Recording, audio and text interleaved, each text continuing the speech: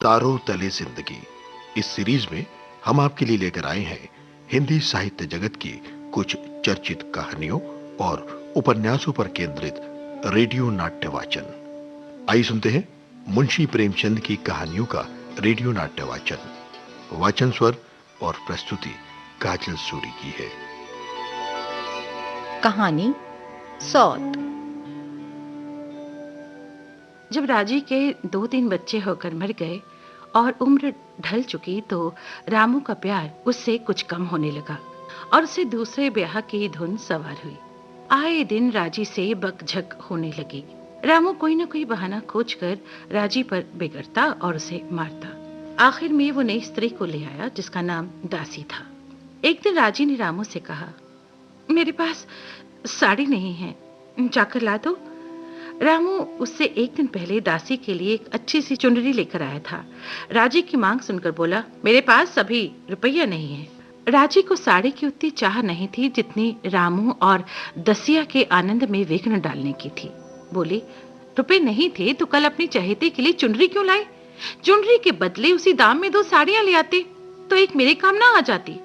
रामू ने कहा, मेरी इच्छा, जो चाहूंगा करूंगा, तू बोलने वाली कौन है? अभी उसके खेलने खाने के दिन हैं। तू चाहती है उसे अभी से नून तेल की चिंता में डाल दूं? ये मुझसे ना होगा। अगर तुझे ओढ़ने पहनने का इतना ही शौक है तो काम कर। भगवान ने क्या तुझे हाथ पैर नहीं दिए हैं? पहले तो दिन भर काम में लगी रहती थी और अब नहीं रहती। रुपए क्या आकाश से गिरेंगे? राजी ने कहा, ठीक है, अब मैं घर का काम नहीं करूंगी। इतने दिन काम किया, उसका क्या फल मिला? रामू, तो मैं तुझे जैसे रखूंगा तुझे वैसे ही रहना होगा। राजी, मेरी इच्छा होगी तो रहूंगी, नहीं तो अलग हो जाऊंगी। रामू, जो तेरी इच्छा हो कर, मेरा गला छोड़। राजी, अच्छी बात है, तो आज से ही मैं तेरा गला छोड़ती हूँ। समझ लूंगी कि मैं अकेली हूँ। रामू दिल में इतना तो समझता था कि ये गृहस्थी राजी की जोड़ी हुई है। वो चाहता तो कुछ देर में जाकर राजी को मना लेता, लेकिन दासी भी कूटनीति में बहुत कुशल थी।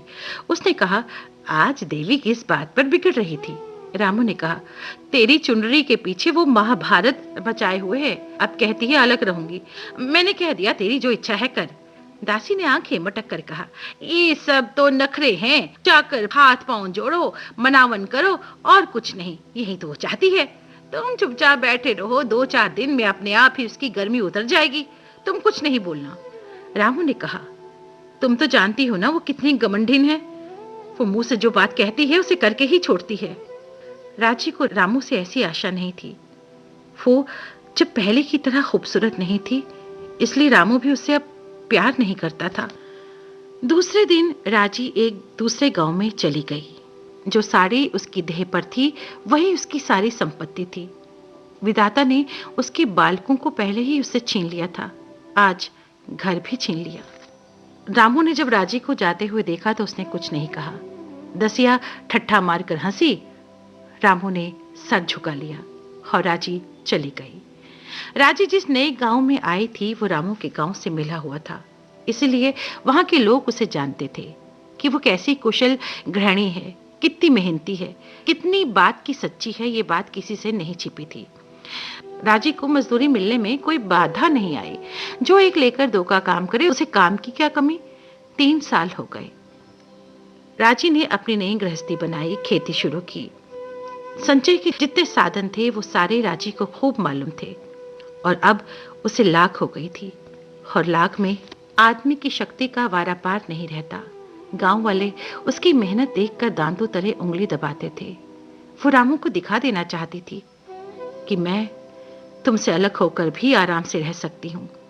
मैं अब पराधीन नारी नहीं हूँ, अपनी कमाई खाती हूँ और वो अब इस गांव की चौधराइन है। एक दिन राजी घर लौटी तो एक आदमी ने उससे कहा, तुमने नहीं सुना चौधराइन? रामू तो बहुत बीमार है। अब मैंने सुना है कि घर में पैसे के लिए दवा दारू भी नहीं है। राजी ने घर के अंदर जाते हुए कहा, जो जैसा करेगा वही भोगेगा। लेकिन अंदर उसका जी न लगा। वो एक पल में फिर से बाहर आ गई। शायद उस आदमी से कुछ पूछना चाहती थी, लेकिन वो आदमी चला गया था। राजी के जाने के थोड़े ही दिनों के बाद रामू को मालूम हो गया था कि उसके घर की आत्मा निकल गई है। दासी खूबसूरत थी, शौकीन भी थी, लेकिन फूहड़ थी। उसे घर का कामकाज चलाने की समझ नहीं थी। उधर खेती की उपज कम होने लगी और जो होती भी थी वो ऊट-पटांग खर्च हो जाती थी। कर्ज लेना पड़ता था। इसी चिंता में रामू की सेहत बिगड़ने लगी और वो बीमार हो गया। आज 10-12 दिन से उसका दाना पानी भी छूट गया था। मौत के इंतजार में खाट पर पड़ा कराह रहा था। राजी को याद करके वो बार-बार रोता, दासी को कोसता, तेरे ही कारण मैंने उसे घर से निकाला। वो क्या गई, लक्ष्मी चली गई। मैं जानता हूं अब भी उसे बुलाऊंगा तो वो दौड़ी चली आएगी, लेकिन बुलाऊं किस मुंह से? एक बार वो आ जाती तो उससे अपने अपराध माफ करा लेता, फिर मैं खुशी से मरता। और कोई इच्छा नहीं है।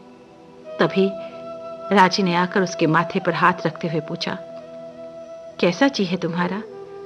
मुझे तो आज हाल मिला। रामू ने भीगे नेत्रों से उसे देखा और कुछ कह ना सका। दोनों हाथ जोड़कर उसे प्रणाम किया और उसकी आंखें उलट गईं। राजी रोने लगी। दसिया चिंतित थी कि घर में क्रियाकर्म करने के लिए रुपए नहीं हैं। तब राजी ने उसे गले से लगाकर कहा, क्यों रोती है बहन? वो चला गया, मैं तो हूं ना, किसी बात की चिंता ना कर। इसी घर में हम और तुम दोनों उसके नाम पर बैठेंगी। दसिया का जी चाहने लगा कि सट पटक कर मर जाए। उसने राजी को कितना जलाया, कितना रुलाया था और घर से बाहर निकाल कर ही दम लिया, लेकिन वो उसके साथ कितने प्यार से पेश आ रही थी। आज रामू को मरे 7 साल हो गए हैं।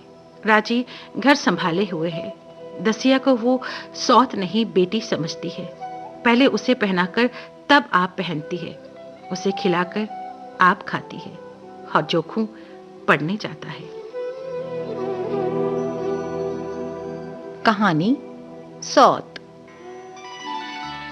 तारों तले जिंदगी इस सीरीज में अभी आप सुन रहे थे मुंशी प्रेमचंद की कहानियों पर आधारित रेडियो नाट्य वाचन स्वर और प्रस्तुति काजल सूरी की थी।